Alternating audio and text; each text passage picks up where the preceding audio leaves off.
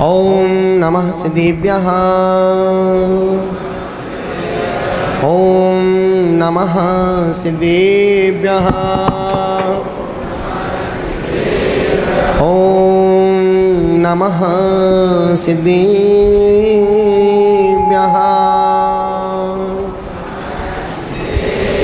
मंगलम भगवान वीरो मंगलम गौतमो गणी मंगलम कुंद कुंदाद्यो जैन धर्मोस्तु मंगलम सर्वमंगल मांगल्यम सर्वकल्याणिकारिकम प्रधानां सर्वधर्माणां जैनम जयतु शासनम जैनम जयतु शासनम जैनम जयतु यय्याया नाना नुना नना नना ममा ममा ममा मामी ताता तीती ततोतिता ततोतिता तुते तीता त्रोति त्रोति ततोतिता ततोताति ततोतोति ततिताति ततोतता पुष्पदंति कोनितो नमो तजने को अज्ञान दो आशीष अभय मुझे सर्वात्मिक कल्याण। पूरी चैतन्यता के साथ, पूरी हार्दिकता के साथ, पूरी इंटीमेसी के साथ उनकी जय घोष, जिनके हम आप सब हैं, जिन्होंने सब कुछ पा लिया है, जिन्होंने अब जिन्हें कुछ भी पाना शेष नहीं रहा, उन पावन परमात्मा की अनंत अनंत ऊंचाइयों को पाने के लिए अपने छोटे छोटे हाथों को ऊंचा करें और नाभि से जय घोष लगाएं। अहिंसा परमो धर्म की, भगवान आदिनाथ स्वामी की, भगवान पदम प्रभु स्वामी की, भगवान चंद्र प्रभु शांतिनाथ नैमीनाथ पारसनाथ महावीर स्वामी की, बचे हुए सभी भगवान की, चारित्र चक्रवर्ती श्री शांति सागर जी महाराज की, परम तपस्वी सम्राट श्री सन्मति सागर जी महाराज की, श्रद्धा के देवता आस्था के भगवान महामहिम आचार्य गुरुवर श्री पुष्पदंत सागर जी महाराज के, महाराज के, महाराज के, विश्व धर्म के, मानव धर्म के। बोलिए अंतरम नामनी 180% सागर जी महाराज की, स्वमूर्ति 180 पीयूष सागर जी महाराज की, 105 प्रभु सागर जी महाराज की, समस्त मुनि संघ की जयकारा गुरुदेव का। प्यारी प्यारी भव्य आत्माओं, भगवान महावीर स्वामी के समोसरण में राजा शरणिक ने 60,000 प्रश्न पूछे। कितने प्रश्न पूछे? किससे पूछे? किसने पूछे? राजा शरणिक ने भगवान महावीर स्वामी से 60,000 प्रश्न पूछे। अपने को एक प्रश्न पूछने में पसीना छूट जाता है, उन्होंने 60,000 प्रश्न, और जो प्रश्न एक बार पूछा उस प्रश्न को उन्होंने रिपीट नहीं किया। और उन्होंने प्रश्न पूछे, प्रभु हमारे जीवन में विसंगतियां बहुत हैं। उन्होंने एक जिंदा प्रश्न पूछा भगवान महावीर स्वामी से राजा शरणिक ने कि प्रभु सोना अच्छा है कि जागना अच्छा है? तो यही प्रश्न मैं आपसे पूछूं तो आपका जवाब क्या होगा? सोना अच्छा है या जागना अच्छा है, और क्यों? सोना क्यों अच्छा है और जागना क्यों अच्छा है? तो महावीर स्वामी ने बहुत कम अल्फाजों में, बहुत कम शब्दों में, बहुत कम समय में एक लाइन में उन्होंने जीवन का सूत्र दे दिया। महावीर स्वामी ने कहा कि शरणिक, अधर्मात्माओं को जगने मत देना और धर्मात्माओं को सोने मत देना। पापी का सोना अच्छा है और धर्मात्माओं का जगना अच्छा है। एक छोटी सी कहानी, छोटी सी बात मुझे याद आ रही है। कहीं पर मंदिर बन रहा है और बरसों से मंदिर बन रहा है, वहां पर बहुत सारे मजदूर काम कर रहे हैं। एक मजदूर से पूछा कि भाई क्या कर रहे हो? उस मजदूर ने कहा दिखता नहीं, अंधे हो? काम कर रहा हूं, बच्चों के पेट भरने के लिए पत्थर तोड़ रहा हूं। वो व्यक्ति और आगे बढ़ गया, उसने पूछा, दूसरे मजदूर से पूछा कि भाई क्या कर रहे हो? उसने कहा कि दिखता नहीं, अंधे हो? पैसे कमाने के लिए काम कर रहा हूं। और आगे बढ़ा वो व्यक्ति, उसने उस व्यक्ति से, मजदूर से पूछा कि भाई मेरे क्या कर रहे हो? उसने कहा सौभाग्यशाली हूं मैं, भगवान का मंदिर बन रहा है। यूं तो काम तो पैसे तो कहीं में कमा सकता हूं और कहीं से पैसे कमा के ले आता हूं, लेकिन मुझे पहली बार भगवान का मंदिर बन रहा है और मुझे भगवान के मंदिर में काम करने का सौभाग्य मिल रहा है। मैं काम भी कर रहा हूं, पुण्य भी कमा रहा हूं, साथ में पैसा भी कमा रहा हूं। वो बहुत कम लोग होते हैं जो काम करने के साथ पुण्य कमाते हैं और पुण्य के साथ पैसा बटोरते हैं। पैसा भी मिल रहा है, पुण्य भी मिल रहा है और साथ में जीवन भी गुजर रहा है। अब मैं निवेदन करूं, आपसे पूछूं कि तीनों व्यक्ति काम कर रहे हैं, तीनों व्यक्ति पत्थर तोड़ रहे हैं। वो भी पत्थर तोड़ रहा है, वो भी काम कर रहा है, वो भी पसीना बहा रहा है, और वो तीसरा व्यक्ति भी काम कर रहा है। तीनों के काम करने में कोई डिफरेंस नहीं, लेकिन एक व्यक्ति बड़े मन से काम कर रहा है, एक मजबूरी में काम कर रहा, दूसरा रो रो के काम कर रहा है। काम तो हो ही रहा है। बस यही अनुरोध आपसे कर रहा हूं। महाराज साहब, प्रज्ञा साहिब महाराज साहब ने कम समय में जो छोटे से गिरनार को जिंदा कर दिया है, और बाकी में मरे स्थान को संत ही जिंदा कर सकते हैं, अन्यथा कितनी समाज इकट्ठी हो जाए, पैसा कोई भी दे सकता है, लेकिन उस कार्य को जिंदा करना संत ही कर सकते हैं। और प्रज्ञा साहिब महाराज साहब खुद एक आर्किटेक्ट है, उन्हें कोई इंजीनियरिंग की आवश्यकता नहीं है। वो खुद बोलते, वो खुद डिजाइन कर लेते हैं, यूं कर दो, यूं कर दो, यूं घुसा दो, यूं निकाल दो और यूं बना दो। और उनकी एजुकेशन 7 क्लास और हम 6 क्लास और तरुण सागर जी 5 क्लास। और ध्यान रखना, आदमी बुद्धि बल से डिग्रियां प्राप्त कर सकता है, लेकिन टैलेंट पैदा नहीं कर सकता है। बुद्धि बल से हम डिग्रियां ले सकते हैं, लेकिन टैलेंट पैदा नहीं कर सकते हैं, टैलेंट नसीब पैदा नहीं कर सकते हैं। मैं जानता हूं एक बुद्धि वाले व्यक्ति को, महुआ पारसनाथ में दोनों महाराज साथ में थे, प्रज्ञा सागर जी, हम दोनों साथ में ही थे। दर्शन करके वंदना करके वापस बाहर निकल रहे थे कि लड़का चने बेच रहा था, किसी को रुपया वापस दे रहा था, और लेकिन बहुत अच्छी इंग्लिश बोल रहा था, गजब इंग्लिश बोला, थ्रू आउट इंग्लिश बोल रहा था। हमने कहा महाराज साहब, ये लड़का 2 चने बेच रहा है, लेकिन कितनी साफ सुथरी इंग्लिश बोल रहा है। मैं खड़ा हो गया, हम कि भाई इधर आ यार। बोले जी महाराज सामने कि तुम्हारा नाम क्या है? बोले घनश्याम। हमने घनश्याम, तुम्हारी एजुकेशन क्या है? बोले गुरुदेव प्लीज आप मेरी मजाक मत बनाओ। हमने पगला, तू इंग्लिश बोल रहा है और बोल मजाक बंद करो। नहीं गुरुदेव प्लीज आप किसी को बोलना मत। हाँ तेरी एजुकेशन बोल, तेरी एजुकेशन क्या है? बोले गुरुदेव हमने 3 साल पहले एमटेक किया, गोल्ड मेडल मिला, और मैं 2 साल तक डिग्री लेने के बाद मैं घूमता रहा शहर में, सूरत में घूमता रहा, कहीं जॉब मिल जाए। कहीं जॉब नहीं मिली, और मेरे माँ बाप ने मुझे अपनी ज्वेलरी रख के, गिरवी रख के मुझे पढ़ाया।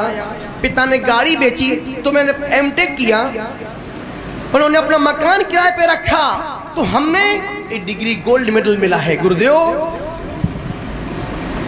डिग्रियां हैं, गोल्ड मेडलिस्ट हूं, लेकिन मेरी किस्मत ने साथ नहीं दिया, तो मैं चने बेच रहा हूं। अब उस सोचो, उस बच्चे ने कौन सी मेहनत नहीं की।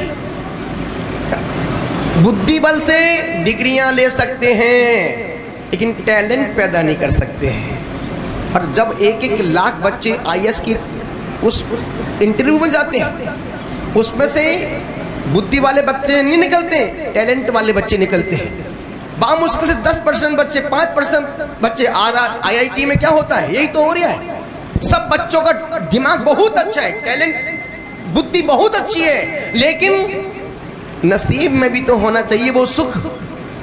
इतना हम लोग बुद्धि वाल कम है लेकिन टैलेंट वाले हैं। तरुण सागर जी महाराज साहब देखो 5वीं क्लास, शमशान घाट में 50वीं जन्म जयंती, कल उन्होंने अपना 50वां जन्म जयंती महोत्सव मनाया। अब उसमें कोई पागल साधु कहे कैसा पागल साधु है, वहां जाके क्यों मना रहा है? तो उनका अपना टैलेंट है, उनकी धर्म की प्रभावना करने की अपनी टेक्निक है। हम उन जैसा कार्य करें तो हम हंसी के पात्र बन जाएंगे, और वही कार्य वो कर रहे हैं प्रशंसा के पात्र। देखो इतने बड़े कद के साधु, इतने बड़ा साधु, इतने बड़े क्रांतिकारी संत, और अपना 50वीं स्वर्ण जयंती कहाँ मना रहे हैं?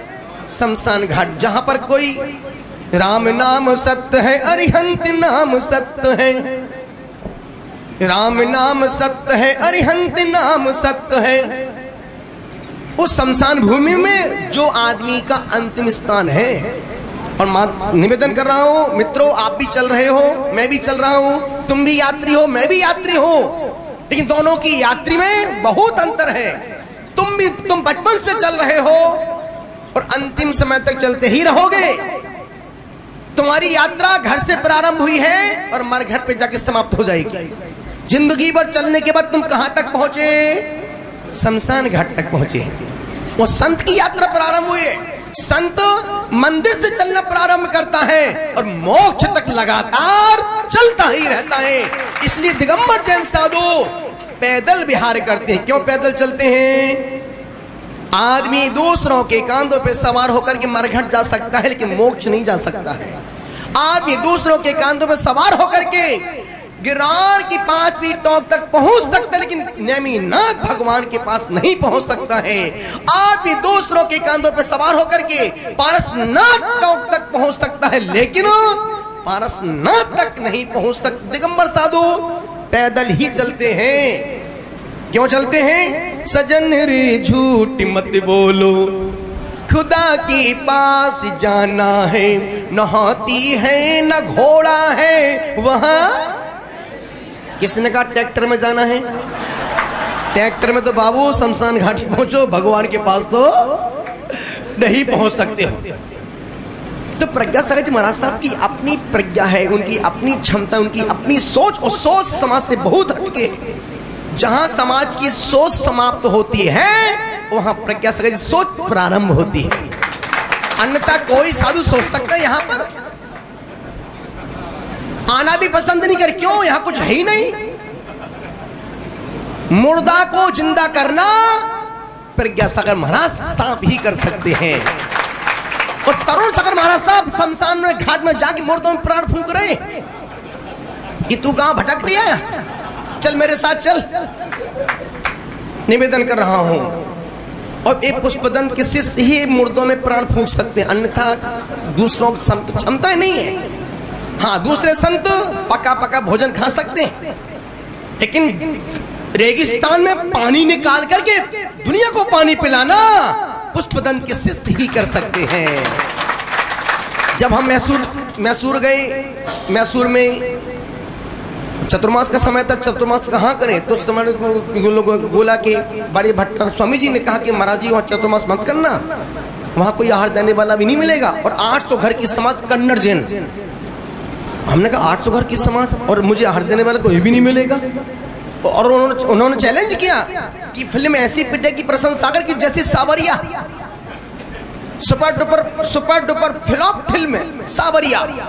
हमने कहा स्वामी जी पुष्पदंत के शिष्य वहां गड्ढा खोदते हैं जहां पानी नहीं निकलता है, और हम लोगों ने बचपन से रेगिस्तान में गड्ढे खोद कर पानी के मोटे स्रोत बहाए हैं, और इतना विश्वास होता है कि नहीं, जहां गड्ढा खुद रहा है वहां पानी के स्रोत जरूर। हाँ, ये अलग बात है, कहीं पर 5 फीट पे खोदने पर पानी मिलता है, कहीं 100 फीट खोदने के बाद पानी निकलता है, कहीं 500 फीट खोदने के बाद पानी निकलता है, और कहीं 1000 फीट। लेकिन पानी के स्रोत तो भारत की हर भूमि के नीचे पानी के मोटे स्रोत बह रहे हैं, लेकिन खोदना मेहनत का काम है। और जब चतुर्मास हुआ मैसूर का, तो स्वामी जी का मैसेज आया। हम कल्पना भी नहीं कर सकते कि वहां भी ऐसा चतुर्मास, इतना सक्सेसफुल चतुर्मास। तो पुष्पदंत के शिष्य में एक खूबी है, जहां कोई नहीं जाता हो वहां पर हम पहुंच जाते हैं। और उस दिन कहा था ना, इलाका किसी का हो, इलाका। एक सज्जन ने बोले महाराज, जब मैं सागरनीर जा रहा था, बोले एक सज्जन बोले महाराज श्री आपका यहाँ क्या मार्केट है? हमने कहा संतों की मार्केट होता नहीं, आपका क्या मार्केट है यहाँ पर? हमने कहा ध्यान रखना बाबू, मार्केट तो बेस्या का होता है, माँ का कोई मार्केट नहीं होता है। संत की अपनी छवि, संत की अपनी चर्या, संत की अपना व्यक्तित्व है। इलाका किसी का हो, धमाका तो पुष्पदंत के शिष्य का ही होता है।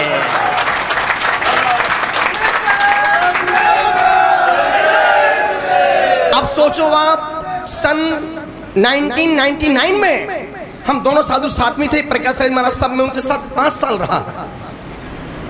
चतुर्मास हम लोगों ने पोर की, बड़ौदा के पास छोटा गांव है पोर, जहां पर 4 घर की समाज। 4 घर क्या है? एक बाप के 4 बेटे हैं और एक बिल्डिंग में 4 बेटे रहते हैं। अब बस वही समाज है और वही लोग हैं। महाराज हम निर्णय लिया चतुर्मास मैं पोर में ही करूंगा। हमने महाराज जी चतुर्मास क्या बड़ी समाज है, बड़ौदा भरूच पास में ही है, सूरत और पास में, अहमदाबाद इस तरफ है। बोले नहीं यार चतुर्मास पोर में करेंगे अपन। हमने कुछ ना कुछ सोच के कर रहे होंगे। जब गुरुदेव के पास हम लोगों ने एक लेटर भेजा कि आचार्य श्री चतुर्मास हम लोग पोर करना चाहते हैं और यहाँ पर 4 घर की समाज है। गुरुदेव 3 बार अपना पसीना पहुंचा। बोले यार पागल हो क्या, तुम इतने प्रभावी साधु हो, अच्छी प्रभावना करने वाले हो, और तुम कहाँ 4 घर में मरने के लिए जा रहे हो? गुरुदेव ने आज्ञा नहीं दी। दूसरा लेटर फिर भेजा, आचार्य श्री चतुर्मास हमको पोर में ही करना है और आप चतुर्मास सफल होने की आशीर्वाद दो। भाई आप देख लेना, अच्छा लगे करो, लेकिन फिर भी विचार करो, जब पास में बड़ौदा है। चतुर्मास तो पोर में ही करना है। सोचो चतुर्मास पोर में किया, 4 घर की समाज और पूरा दायित्व माणिकचंद अजित कुमार जी ने पूरा भोजन का दायित्व संभाला। अशोक कुमार जी दिल्ली वालों ने पूरा व्यवस्था, पूरी आवास व्यवस्था संपूर्ण कर उन्होंने संभाला और संपूर्ण व्यवस्था सेवा में पोर के वो 4 परिवार, 4 बच्चे परिवार, भाई बेटे, माँ बाप सेवा में लगे। और प्रत्येक रविवार को कम से कम 1500 आदमी पंडाल में पैक रहता था। कहां से लोग सुनने के लिए आते। तो संत की वो क्षमताएं हैं। अब यहाँ बापू गांव, अभी मैं जब अंदर आ रहा तो मुझे लगा महाराज हम महाराज साहब क्या सोच के अंदर इतने अंदर गए। ध्यान रखना, शिल्पकार ही पाषाण, शिल्पकार ही जौहरी रत्न को समझता है, शिल्पकार पत्थर को समझता है और संत समाज की अहमियत को समझता है। संत ने छोटे से गांव, जो गांव उपेक्षित था, लेकिन आज भी छोटा गिरनार पूरे इंडिया में, भारत देश में अब जो भी आता, अभी चेतन कह रहा था ना, अभिषेक, जो लोग अभिषेक में आए सागरनीर, यहाँ पर रोज कम हजारों यात्रियों की तादाद लगी। और जो यहाँ पर आके गया है, कितना सुंदर क्षेत्र बना, कितना सुंदर, गजब लोग बोलते बोलते थक नहीं रहते। सुनने वाले थका, भैया बंद कर, हो गया जी, तुम भी एक बार जरूर जाके। और बाकी में मैं यहाँ की कमेटी को धन्यवाद देता हूँ कि उन्होंने इतना अच्छा मैनेजमेंट करके जंगल में रखा है। और सब जितने भी जो पदाधिकारी हैं सब धनपति हैं, संपन्न हैं और अपने अपने कद पद के हैं। उसके बावजूद भी समय निकाल करके छोटे गिरनार में अपना तन मन धन से लगी। क्यों? एक संत ने कहा भाई भगवान की सेवा करोगे, समाज तुम्हारा सम्मान करेगी, और तुम यदि अपना ही देखोगे तो पूछने वाले भी नहीं मिल पाएंगे। तो निवेदन इतना सा कर रहा हूं, जो यहाँ की कमेटी वाकई में पिछले साल भी महाराज श्री, जब मैं चतुर्मास में पदमपुरा में था, बच्चों का पूरा ग्रुप, बच्चे हर साल एक पद यात्रा निकालते, पदमपुरा से प्रारंभ करते हैं और यहाँ पर आते थे। गुरुदेव आप भी चलो, हमने कि भैया अभी मेरा चतुर्मास चल रहा है, जब कभी संजोग बनेगा तो जरूर हम यहाँ पर आएंगे। इतना ही निवेदन कर रहा हूँ, ये छोटा गिरनार नहीं, ये हमारा सौभाग्य का गिरनार है। इतना छोटा पर्वत, इतना सुंदर, वाकई में जैसे पर्वत भी लगा ऐसी लग रहे, यूं लग रहा था जैसे कि वाकई में गिरनार। चलो अभी यहाँ मुड़ो, अब यूं जाओ अंदर। राजुल जी बिंदास बैठी हैं, समाई कर रही हैं, और वहां पर दर्शन महाराज अपने शिष्यों को पुष्पदंत भूतबली को ध्यान दे रहे हैं। इतना कौन सोच सकता है ये प्रज्ञा सागर संत ही सोच सकता है, वो समाज के लिए सोच सकता है। इतना निवेदन कर रहा हूं, अनुरोध आपसे कर रहा हूं। और बाकी में उन्होंने अपना फर्ज पूरा कर दिया और सुंदर से सुंदर भव्यतम एक क्षेत्र बना दिया। और महाराष्ट्र में जितने जो संकल्प लिए उन्होंने, भरूच में एकदम हाईवे पर एक वहां पर धाम बना दिया। उज्जैन में देखो तपोभूमि, जहां किसी समाज की किसी व्यक्ति का सोच नहीं था कि यार यहाँ पर भी कोई संत महावीर की तपोभूमि को जीवंतता प्रदान कर सकते हैं। और अभी सूरत में कतार गांव, वहां पर भी देखो बहुत अच्छा स्थान बना दिया है। और संपूर्ण समाज के गौरव के लिए छोटा सा स्थान, छोटा गिरनार। और बाकी नाम जैसी नाम में छोटा गिरनार सुनते तो सुनने में अच्छा लगे, छोटा गिरनार। बड़ा गिरनार कौन जाए मरने के लिए, बाप रे बाप, बड़ा गिरनार कौन जाए मरने के लिए। जो जाता है वहां के पंडित खड़े हैं डंडा लेकर के, जरा कुछ बोलो तो धक्का मार दूंगा अभी। और नीचे देखो तो बाप रे बाप, कुछ भी नहीं मिलने वाला है। कम से कम हम रोज नहीं आ सकते हो तो महीने में एक बार यहाँ पर आना ही चाहिए। महीने में नहीं आ सकते हो तो 3 महीने में एक बार आओ, विधान करो, भगवान की आराधना करो। और जब भी यहाँ पर आओ तो एक बार निर्वाण कांड पढ़ के ही जाए आना। जब भी यहाँ पर दर्शन के लिए तो एक बार निर्वाण कांड जरूर पढ़ के जाना। क्यों? निर्वाण कांड एक बार क्षेत्र पर पढ़ने से 68 तीर्थ क्षेत्रों की वंदना करने का फल प्राप्त होता है। 3 महीने में नहीं आ सकते हो तो 6 महीने में एक बार जरूर आना। और 6 महीने में नहीं आ सकते हो तो साल में एक बार जरूर अपने परिवार को लेकर के आना। और साल में भी नहीं आ सकते हो तो चुल्लू भर पानी में डूब के मत मरना, फिर 2 साल में एक बार तो आ ही जाना। इतना निवेदन कर रहा हूं क्योंकि क्षेत्र और कुछ नहीं, हमारे पापों के प्रायश्चित करने के जरिए हैं। जब हम क्षेत्र पर आते हैं और 3 पाप कभी मत करना। जब घर से बाहर जाओ तो संकल्प लेके जाना कि हम जब तक यात्रा करके वापस लौट के नहीं आएंगे तब तक हम रात में भोजन नहीं करेंगे। जब किसी यात्रा पर जाओ, किसी क्षेत्र की वंदना के लिए जाओ, संकल्प लेके घर से निकलना कि हम जब तक वापस लौट के नहीं आएंगे तब तक रात में भोजन नहीं करेंगे। दूसरा पाप कभी मत, जब कभी गुरु के दर्शन के लिए जाओ, जितने दिन गुरु की वंदना के लिए जाओ, जितने दिन उनके पास रहो, जब तक लौट के वापस घर ना जाओ, संकल्प लेके निकलना गुरु वंदना के लिए जा रहा हूं, जब तक वापस लौट के नहीं आऊंगा रात में भोजन नहीं करूंगा।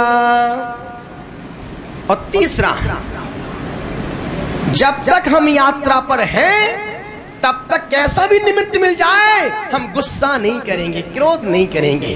और होता क्या है, जब हम घर से बाहर यात्रा में निकलते हैं, जरा सी बात हो जाती है, पूरा मुंह ऐसा फूल जैसे कचौड़ा फूल गया हो। अरे बाबा, तुमने इतना पैसा खर्च किया, समय बर्बाद किया, किस लिए?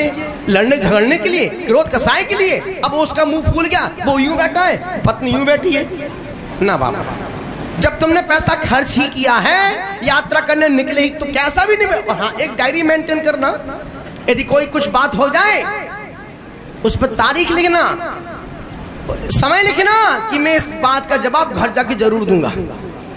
जवाब जरूर देना। जब घर आ जाओ, हेलो, आओ मैदान में, अब आओ मैदान में। तुरंत क्रोध का अंजाम तुरंत देने से सब सत्यानाश हो जाता है।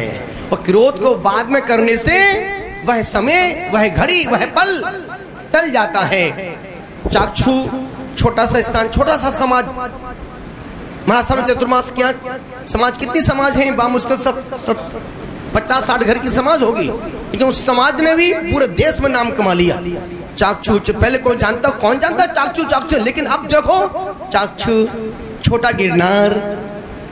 निवेदन कर रहा हूं, ये सब संत ही समाज को एक शिखर तक पहुंचाते हैं। संत ही समाज को पहचान देते हैं और संत ही समाज को जागृत करके एक दिशा, पुण्य की दिशा में आगे बढ़ाते हैं। संपूर्ण एक पूरा छोटा गिरनार, छोटा छोटा बापू गांव, और बाकी में एक एक घर में जहां से निकला हर घर वाले नमोस्तु महाराज, प्रणाम महाराज। ये संत ने ही संस्कार दिए हैं कि जब कभी कोई संत आ जाए, हम उस संस्कृति के हैं। यदि रावण का भाई विभीषण भी राम के घर में जाता है तो लक्ष्मण उसको द्वार तक ले नहीं आता है।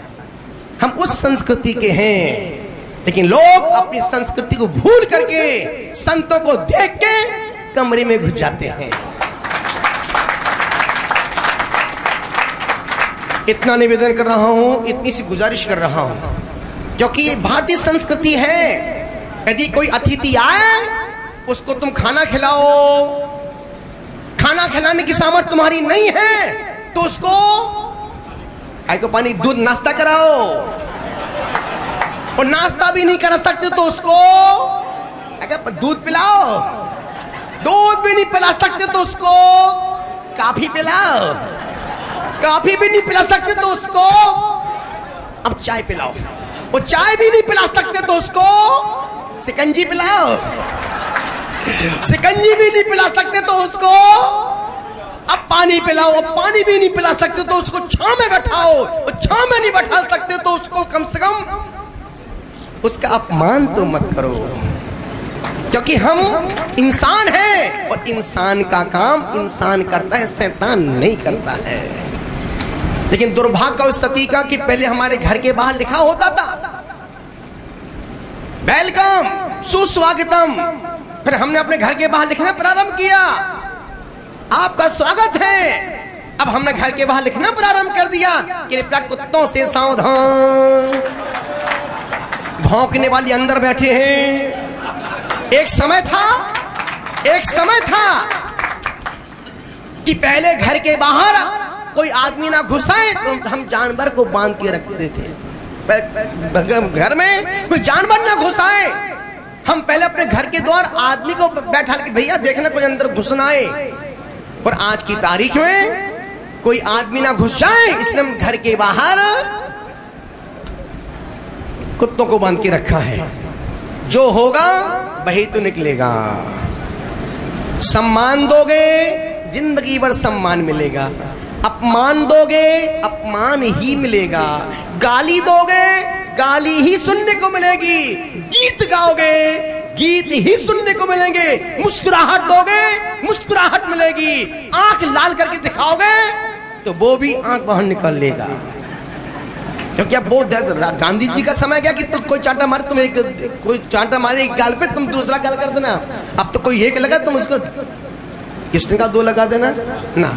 अपनी संस्कृति है भैया, कोई बात नहीं, उत्तम क्षमा सबसे क्षमा सबको क्षमा। इतना निवेदन कर रहा हूं। यहाँ पर आने के बाद वाकई में अपना दिल तो ईडन गार्डन हो गया। इतना सुकून, इतना आनंद, इतना अच्छा, छोटे से स्थान में इतना बड़ा भी हो सकता है क्या? कल्पना के बाहर। महाराज साहब ने मुझसे कहा था कि प्रशंसा जब कभी तुम जाओ तो जरूर या तुम 2-3 दिन के लिए वहां जरूर जाना। तो महाराज साहब की बात अंदर तक थी, क्योंकि वो मेरे बड़े ज्येष्ठ हैं, बड़े हैं। कई बार लोग बड़े हो जाते हैं लेकिन उनमें बड़प्पन नहीं आ पाता है। कई लोग बड़े होते हैं लेकिन उनमें बड़प्पन नहीं आ पाता है। लेकिन महाराज प्रज्ञा सखी महाराज साहब हर चीज का बहुत ध्यान रखते हैं, छोटे का पूरा ध्यान रखते हैं, बुजुर्गों का पूरा सम्मान करते हैं और अपनी उम्र के बच्चों को पूरा प्यार और स्नेह लुटाते हैं। तो बड़ा होना कोई बड़ी बात नहीं, बड़प्पन होना बहुत बड़ी बात है। महाराज साहब के अंदर बहुत बड़प्पन है और बहुत सरल हृदय के हैं, बहुत अच्छे मन के हैं और हमेशा समाज के लिए, समाज की संपन्नता के लिए, समाज के विकास के लिए हमेशा सोचते रहते हैं। उस मजदूर ने उस व्यक्ति से कहा कि दिखता नहीं, अंधे हो, पत्थर तोड़ रहा हूं, काम कर रहा हूं। दूसरे मजदूर ने कहा कि दिखता नहीं, अपनी रोजी रोटी की व्यवस्था बना रहा हूं। और तीसरे मजदूर ने कहा मेरा पुण्य था कि मुझे भगवान के मंदिर। लाख बच्चे IAS की उस इंटरव्यू में जाते हैं, उसमें से बुद्धि वाले बच्चे नहीं निकलते, टैलेंट वाले बच्चे निकलते हैं। बहुत मुश्किल से 10% बच्चे, 5% बच्चे IIT में क्या होता है, यही तो हो रहा है। सब बच्चों का दिमाग बहुत अच्छा है, टैलेंट, बुद्धि बहुत अच्छी है, लेकिन नसीब में भी तो होना चाहिए वो सुख। इतना नहीं, हम लोग बुद्धि वाले कम है लेकिन टैलेंट वाले हैं। और वो सगा जी महाराज साहब देखो 5वीं क्लास, अब उसमें कोई पागल साधु कहे कैसा पागल साधु वहां जाकर क्यों मना रहा है? तो उनका अपना टैलेंट है, उनकी धर्म की प्रभावना करने की अपनी टेक्निक है। हम उन जैसा कार्य करें तो हम हंसी के पात्र बन जाएंगे, और वही कार्य वो कर रहे हैं प्रशंसा के पात्र। देखो इतने बड़े तत्व साधु, इतने बड़ा साधु, इतने बड़े क्रांतिकारी संत, और अपना 50वीं स्वर्ण जयंती कहाँ मना रहे हैं? शमशान घाट, जहां पर कोई राम नाम सत्य है, अरिहंत नाम सत्य है, राम नाम सत्य है, अरिहंत नाम सत्य है। वो शमशान भूमि में अवसर मिला है, भगवान का मंदिर भी बनवा रहा हूँ, काम भी कर रहा हूँ, साथ में अपने जीवन का निर्वाह भी कर रहा हूँ। चाक्षु वालों, छोटे गांव वालों, जयपुर वालों, जो इसकी व्यवस्थाओं को देख रहे हैं, उन संपूर्ण कमेटी को, पदाधिकारियों को तहे दिल से खूब खूब आशीर्वाद, खूब खूब आशीर्वाद। जितनी सेवा करोगे सेवा का फल मेवा है। पूरा परिवार सुखी संपन्न ऐश्वर्यवान हो। संपूर्ण में गांव वालों को, बाबू गांव, छोटे गांव वालों को आशीर्वाद देता हूं कि हमेशा आप और कुछ करें ना करें, लेकिन भगवान की वंदना करते रहें। दर्शन करने से उच्च कुल की प्राप्ति होती है, दुर्भाग्य का नाश होता है और सौभाग्य की वृद्धि होती है। भगवान की वंदना करने से और कुछ नहीं होता है, दुर्गतियों का निवारण होता है। भगवान के दर्शन करने से और कुछ नहीं होता है, दरिद्रता का नाश होता है। और भगवान की वंदना दर्शन करने से और कुछ नहीं होता है, कुमति हमारी सुमति में तब्दील और परिवर्तित हो जाती है। अभी महाराज साहब बहुत सारी बातें कह रहे थे, वाकई में महाराज साहब भी बहुत दुबले पतले, इनका यदि इनका वजन किया जाए, इनका वजन किया जाए तो वजन इनका मुश्किल से 45.5 किलो होगा, पिच्ची सहित और आहार के पहले। लेकिन साधु दुबला पत्ता है लेकिन ऊर्जा बहुत है। और महाराज साहब ने रेकी की डिग्री प्राप्त की, मेरे रेकी मास्टर हैं। और मैं बहुत पुरजोर शब्दों में कहना चाहे तो भारत देश के 1000 रेकी मास्टर को आप एक तरफ खड़ा कर दो, इस दुबले पतले साधु को एक तरफ बैठा दो, जो हजारों की रेकी काम नहीं करेगी, इस योगी की, इस साधक की वो रेकी करेंट मैजिक में काम करती है। और महाराज साहब को दीक्षा को 4 साल हुए, और लगता है जैसे बातों से लगता है दीक्षा को 40 साल हो गए। और निवेदन करूं, क्योंकि आजकल बच्चे, अब समझदार बच्चे पैदा हो रहे हैं, अब बुद्धू बच्चे पैदा होना बंद हो गए। इंदौर में एक बच्चे का जन्म हुआ, जन्म लेता बच्चा माँ से कहता है, माँ मेरा मोबाइल कहाँ है? जन्म लेता बच्चा माँ से कहता, माँ मेरा मोबाइल कहाँ है? तेरा मोबाइल? हाँ मेरा मोबाइल कहाँ है?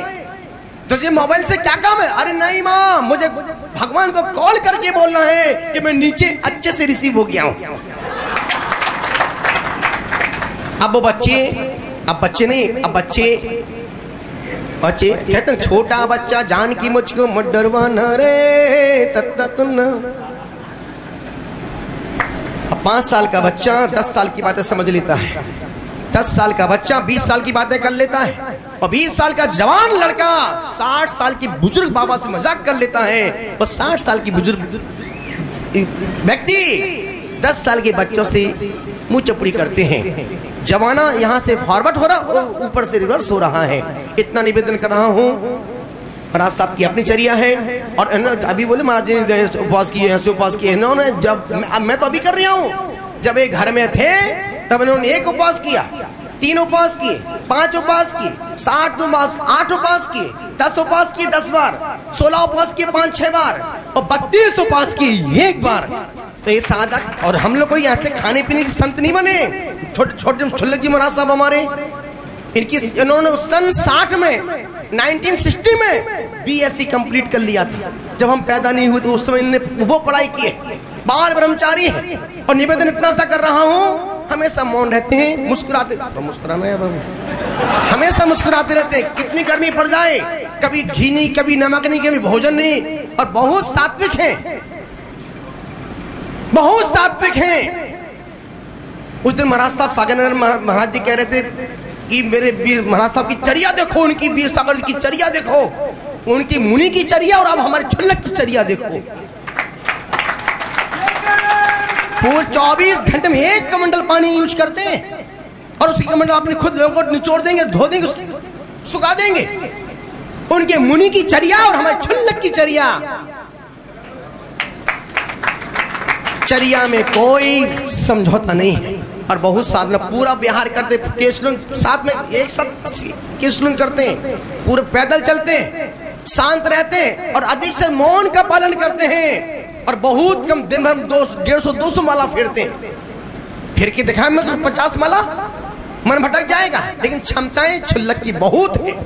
और अपनी साधना चर्या की, समाधि की साधना करते करते अपने गंतव्य तक पहुंच रहे हैं। तो निवेदन कर रहा हूं कि हम लोग फोकट में साधु नहीं बने, भीतर से बोध में साधु बने, अभाव में साधु नहीं बने। सब कुछ घर में सब कुछ था, तब सब छोड़ के साधु बने।